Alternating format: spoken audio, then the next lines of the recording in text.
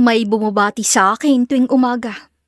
Hindi ko alam na isa na pala akong testigo sa isang krimen. Sabi nga nila, hindi lahat ng kabutihan ay may kapalit. Pero paano kung ang simpleng pagbati sa iyo araw-araw ang maging dahilan para malagay sa panganib ang buhay mo? Magandang araw at maligayang pagdating sa Ink and Secrets. Ako po si Miss Regine at narito na naman tayo para sa isang kwentong puno ng misteryo, kaba at mga lihim na hindi basta-basta nabubunyag. Simulan na po natin.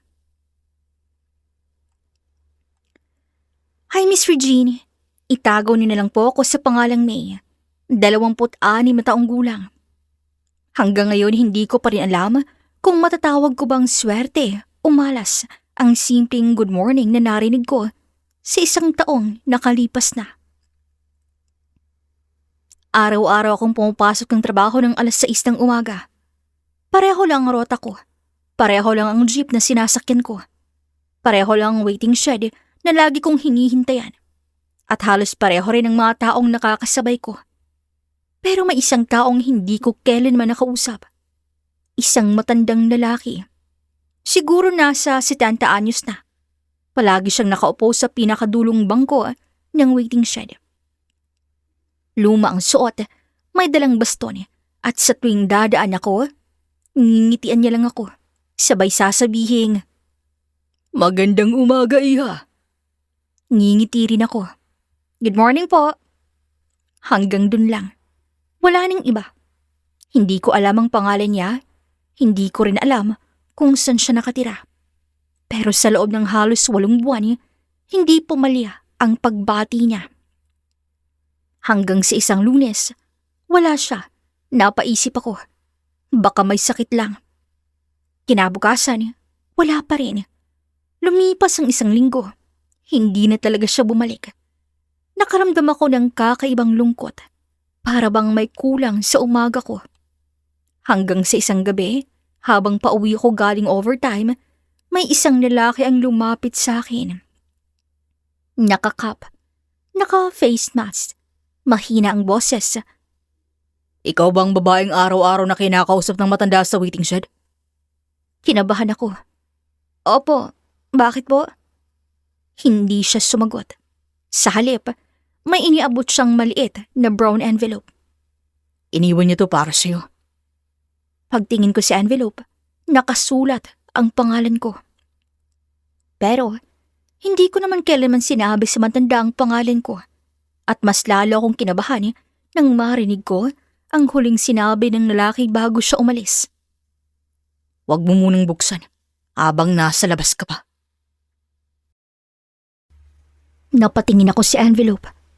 Paulit-ulit kong binasa ang pangalan ko. Hindi ko kailanman sinabi talaga sa malanda ang pangalan ko. Hindi rin kami nagkaroon ng mahaba-habang usapan. Araw-araw lamang kaming nagbabatian. Kaya paano niya nalaman? Bago pa ako makapagtanong, mabilis ang naglakad palayo ang lalaking nag-abot sa akin ng sobre. "Sandali!" Sigaw ko. "Sir?" Pero hindi na siya lumingon. Para bang may nagmamadali siyang iwasan. Naalala kong sinabi niya na huwag ko munang buksan habang nasa labas ako. Hindi ko alam kung bakit pero sinunod ko siya. Pagdating ko sa apartment, agad kong ikinindado ang pinto. Isinara ko ang lahat ng bintana at saka ko lamang binuksan ang envelope. May 2 laman, isang sulat at isang maliit na flash drive. Nanginig ang kamay ko habang binubuksan ang sulat. Kung binabasa mo to, malamang wala na ako. Pasensya na kung isinama kita sa gulong hindi mo naman ginusto. Hindi mo ako kilala, pero halos 8 buwan kitang binantayan. Nanlamig ang bato ko. Binantayan? Ako? Nagpatuloy ako sa pagbabasa. Hindi dahil masama kang tao, kundi dahil ikaw lang ang natitirang testigo. Napakunot noo ako. Testigo? Sa anong bagay?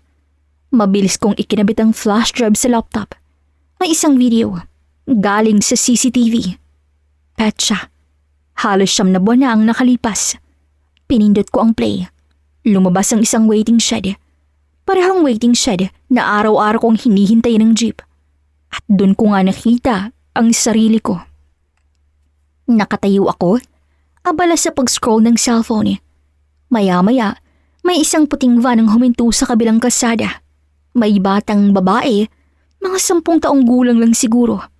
At may 2 lalaking pilis siyang sinasakay ng sasakyan. Napatayo ako sa kinauupuan ko. Hindi ko maalalang nakita ko yun. Hanggang sa napansin ko, habang abala ko sa cellphone, bigla pala akong napalingon sa direksyon nila. Mga 3 segundo lang, pagkatapos dumating ang jeep at sumakay na ako. Hindi ko na alam ang sumunod na nangyari. Pero malinaw sa CCTV na nakita ko sila at nakita rin nila ako. Kasunod ng video ay may isa pang file. Mga larawan, mga lalaking pare-pareho ang muka. At sa pinakahuling larawan, nanlaki ang mga mata ko. Isa sa kanila ay ang lalaki nag-abot sa akin ng envelope kanina. Kasunod noon ay may isa pang sulat. Hindi ka nila pinabayaan sa loob ng 9 na buwan. Sinisigurado lamang nila kung may naaalala ka. Kaya araw-araw din kitang binabati. Kapag nakita akong may sumusunod sa iyo, hindi kita hinahayaang mag-isa. Bigla kong naalala ang mga pagkakataong may mga lalaking tila nakatingin sa akin sa terminal. Akala ko noon nagkataon lang. Hindi pala. May mga tao palang nagmamasid sa akin at may isang matandang araw-araw akong binabati na tahimik ding inilalayo sa akin ang panganib. Pero ang pinaka nakakakilabot ay ang huling linyang nakasulat sa sulat. Kung may lalaking lumapit sa iyo at ibinigay ang envelope na to, ibig sabihin, huli na ang lahat. Natagpuan na nila ako. Napahawak ako sa bibig ko. Ibig sabihin, patay na ang matanda. At kung tamang hinala niya, ako naman ang susunod nilang hahanapin. Nanginginig ang mga kamay ko. Hindi ko alam kung sino ang dapat kong paniwalaan. Ang sulat, ang video, o ang sarili kong isip na baka dala lamang to ng sobrang pagod. Agad kong kinuha ang cellphone ko at tinawagan ng matalik kong kaibigang si Karen. 2 ring pa lang, sinagot niya na. Hello? Karen, may sasabihin ako sa'yo. Oh, anong nangyari? Sunod-sunod kong ikinwento ang lahat. Ang matandang lalaki, ang envelope, ang CCTV, ang batang isinakay sa van, ang sulat, at ang sinabi nitong may mga taong 9 na buwan akong minamanmanan. Tahimik lang si Karen sa kabilang linya. Akala ko maniniwala siya, pero maya-maya, napatawa siya. Napakunot-no ako. Bakit ka tumatawa? May, sobra ka na talaga. Sa kakapanood mo yun ng crime documentaries eh. Ano ba? Hindi to biro. Ano ka ba? Mas lalo pa siyang natawa. Baka marketing lang yan ng kung anong content creator. O kaya, prank. Hindi. Karen, seryoso ako. May video, may sulat, at hindi ko na ituloy ang sasabihin ko. Dahil kahit ako, hindi ko rin alam kung paano ipapaliwanag ang lahat. Huminga siya ng malalim. Sige, kumalma ka muna. Titingnan natin yan mamaya. Pero ngayon, huy, late na late ka na sa trabaho mo. Papasok ka pa ba? Napalingon ako sa wall clock. 9:09 na pala. Napamura ako sa isip. Nasa nangyari kagabi, hindi ko na namalayang umaga na pala. Sige, sasamahan na lang kitang pumunta sa police station mamaya kung gusto mo. Dumaan muna tayo sa office. Tumango ako kahit hindi niya nakikita. Pagbaba ko ng tawag, muli kong tiningnan ng envelope.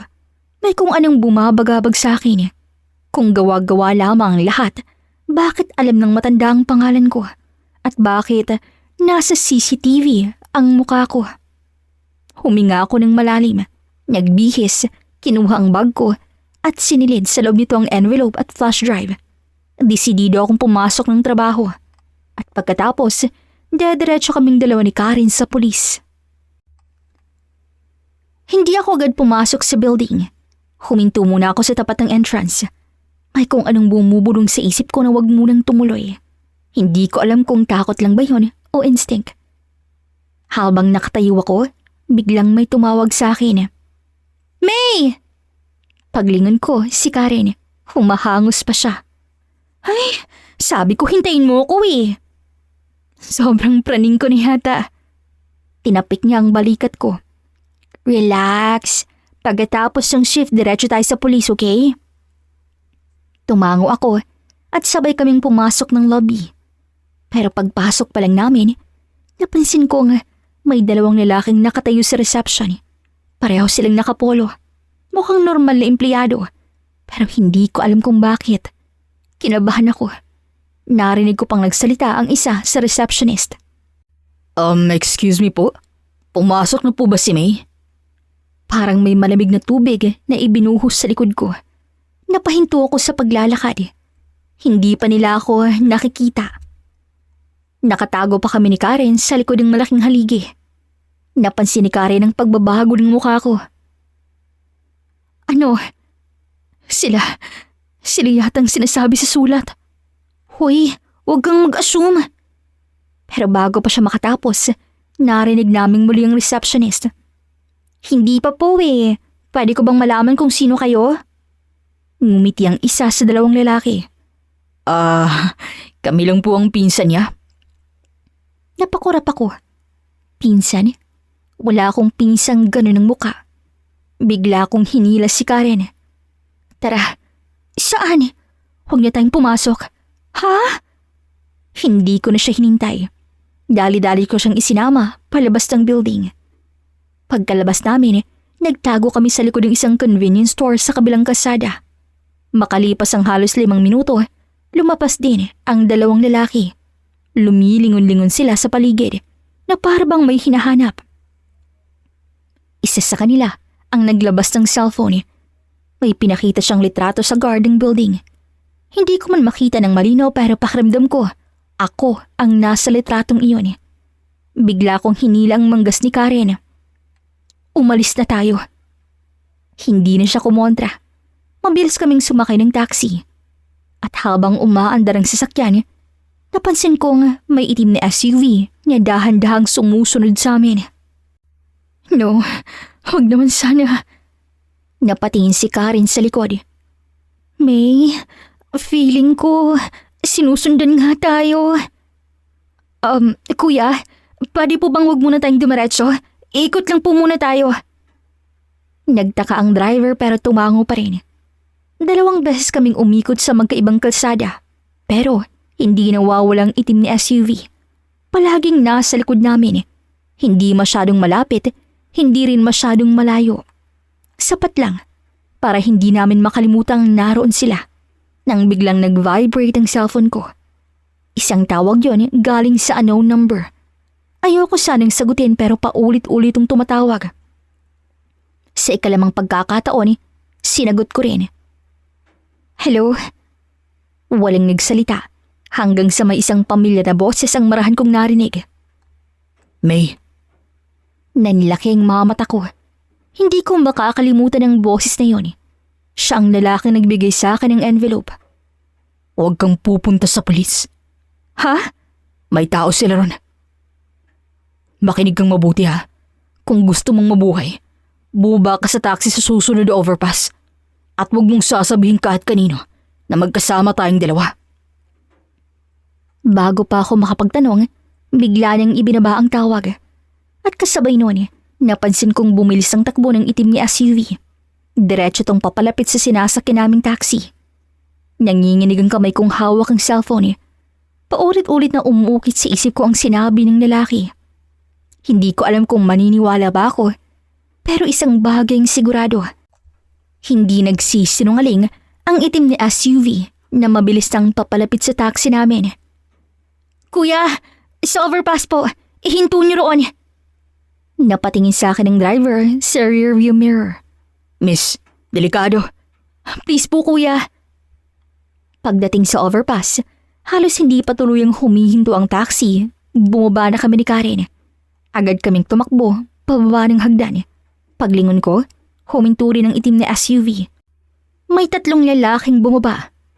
May, bilis! Sigaw ni Karen. Habang tumatakbo kami, may isang puting delivery van ang biglang huminto sa tabi namin. Bumukas ang sliding door at naroon ang lalaking nagbigay sa akin ng envelope. Sakay! Hindi na ako nagdalawang isip. Hinila ko si Karen papasok. Pagkasara ng pinto, mabilis na umandar ang van. Makalipas ang ilang minuto, nawala na nga sa likuran namin ng itim na SUV. Pasensya na. Matagal na kitang gustong ilayo. Napatingin ako sa kanya. Sino ka ba talaga? Ako nga pala si Marco. Dati akong police investigator. Kasama kong matandang araw-araw mong binabati. Kasama mo siya? Oo. May hawak kaming kaso ng kidnapping syndicate. Ikaw ang hindi sinasadyang nakakita sa isa sa mga operasyon nila. At ang matanda, siya ang nagboluntaryong bantayan ka. Pero, sa kasamang palad, hindi na namin siya nailigtas. Tahimik akong napaluha. Hindi ko man lamang nalaman ang pangalan ng matanda. Hindi ko man lamang siya napasalamatan. Inilabas ni Mark ang isang maliit na recorder. Pero may isang huling bilin siya. Pinindot niya ang play at narinig ko ang pamilyar na boses ng matanda. Kung naririnig mo to, Iha, ibig sabihin ligtas ka na. Huwag mong sisihin ang sarili mo. Hindi mo kasalanang may masasamang taong handang pumatay para lamang sa kanilang lihim. Ang hiling ko lang, mabuhay ka ng walang takot. Si Marco na ang bahala sa'yo. Tuluyan na akong napaiyak. Makalipas ang 2 buwan, sa tulong ng ilang tapat na investigador at ng mga ebidensyang nasa flash drive, unti-unting nadakip ang mga miyembro ng sindikato, kasama ang mga lalaking naghahanap sa akin. Naligtas din ang ilang batang matagal nang nawawala. At doon ko nalaman na kung hindi dahil sa matandang araw-araw lamang akong binabati, isa na rin sana ako sa mga pangalang mababasa sa balita. Lumipas ang 1 taon, lumipat ako ng tirahan, nagpalit ng trabaho at sinubukang mamuhay ng tahimik. Pero hanggang ngayon, tuwing umaga, kapag may nakakasalubong akong matanda at binabati akong magandang umaga, napapangiti na lang ako. Dahil alam kong minsan, may isang estrangherong walang hinihinging kapalit ang isinugalang sarili niyang buhay para mailigtas ang sa akin. Hindi lahat ng bayani ay nagsusuot ng uniforme o nakikilala ng publiko. May mga taong tahimik lamang na gumagawa ng kabutihan kahit walang kasiguraduhang may makakaalala sa kanila. At hindi rin lahat ng simpleng tao na nakakasalamuhan natin araw-araw ay bahagi lang ng ating routine. Minsan, sila ang nagiging dahilan kung bakit meron pa tayong bukas. Maraming salamat sa inyong pakikinig. Kung nagustuhan niyo ang kwentong ito, huwag kalimutang i-like ang video, mag-subscribe sa Ink and Secrets at i-click ang notification bell para hindi niyo ma-miss ang ating mga susunod na kwento ng misteryo, thriller, at mga lihim na hangos sa mga pangyayaring maaaring mangyari sa toong buhay. Muli, ako po si Miss Regine. At hanggang sa susunod na kwento, dito lamang sa Ink and Secrets. Salamat!